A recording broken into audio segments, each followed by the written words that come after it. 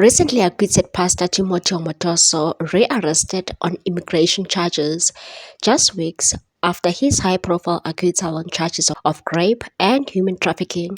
Nigerian televangelist Pastor Timothy Omotoso has been rearrested, this time on immigration-related allegations. National Police Commissioner General Fanny Masemola confirmed that Omotoso was taken into custody on Saturday morning in a joint operation by the South African Police Service and the Department of Home Affairs. He said members of the Department of Home Affairs and police arrested Omotoso. He will shortly appear in court on Monday and everybody will know what charges he is facing, but it is immigration-related matters.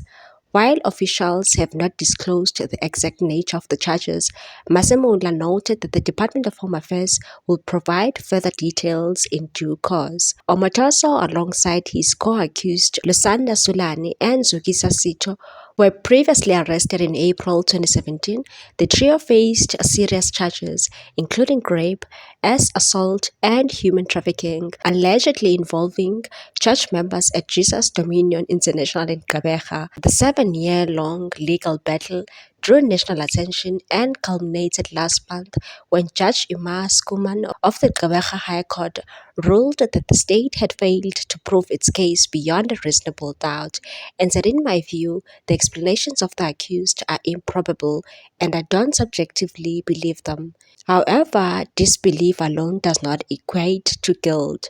The verdict sparked widespread public debate, particularly among advocacy groups and supporters of the alleged victims.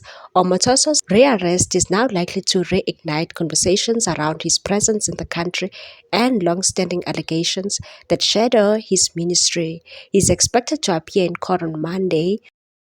What's your take on this one, people? Thanks for watching. Please subscribe for more news.